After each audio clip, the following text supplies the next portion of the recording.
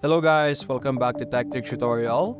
In today's video, I would like to show to you guys how to permanently delete my Instagram account. So first things first, open your Instagram account. This is what you're going to see. After that, click on your profile on the bottom right. You will be redirected to this page. Now what you're going to do is you're going to look over here on the top right where you can see three lines.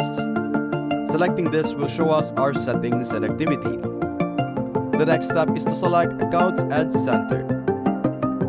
As you can see here, it's another screen. So what you're going to search for is the personal details under Account Settings. And over here, simply click on Account Ownership and Control. And as you can see, the activation or deletion. And as you can see, the activation or deletion. So simply open that and select the profile that you want to delete, and you will be able to delete the Instagram account that you want to remove. So that's basically it, guys.